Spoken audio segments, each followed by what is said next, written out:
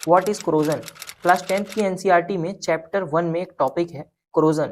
कोई भी ऐसा मेटल जो बहुत ज्यादा रिएक्टिव हो, उसके सरफेस पर जब कभी भी कोई एयर अटैक करती है या वाटर अटैक करता है या कोई भी ऐसा सब्सटेंस जब उस पर अटैक करता है, अटैक मीन्स उसके ऊपर अपनी पोजीशन बना लेता है, तो उस मेटल को कहते हैं कि वो क्रोड हो गया। It is said to be crude. तो ये पूरा प्रोसेस, किसी मेटल पर एयर वाटर या किसी सब्सटेंस का अटैक करना, ये पूरा का पूरा प्रोसेस कहलाता है कोरोजन।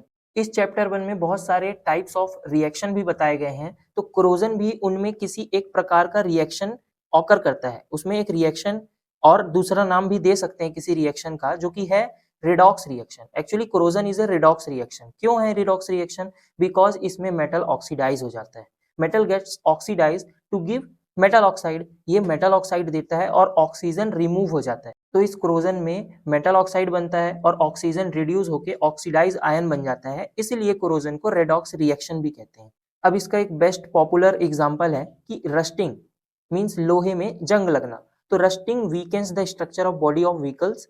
एक्चुअली किसी लोहे पर जब जंग लग जाती है, तो यहाँ व्हीकल्स, ब्रिजेस और आयरन रेलिंग का ही एग्जाम्पल क्यों दिया गया है? क्योंकि ये सारी चीजें लोहे से बनती हैं।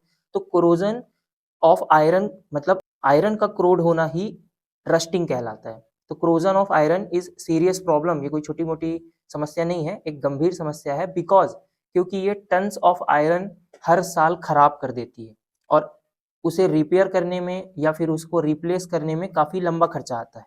इसलिए आयरन की रस्टिंग को बहुत ज्यादा सीरियस प्रॉब्लम भी मानी गई है। ये छोटी सी एक थ्योरी है जो एग्जाम में लिख सकते हो।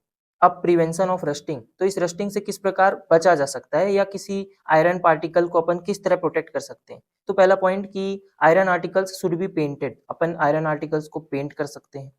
Machine parts should be oiled and greased. लोगों के घरों में गेट पर हैंडल लगा होता है, उस पर ग्रीसिंग होती है, ऑयलिंग होती है। गाड़ी के व्हीकल पार्ट्स में, साइकिल की चैन वगैरह में और भी मशीन पार्ट्स में ऑयलिंग एंड ग्रीसिंग से अपन रस्टिंग होने से लोहे को बचाते हैं कि लोहे में, आयरन में रस्ट ना लगे।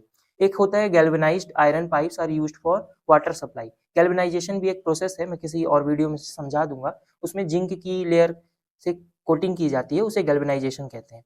तो एक ये भी पॉइंट अच्छा था। और iron can be coated with chromium to prevent rusting. एक ये पॉइंट भी एग्जाम में लिख सकते हो कि आयरन को क्रोमियम की लेयर से कोट किया जा सकता है जिससे उसे रस्टिंग से बचाया जा सके।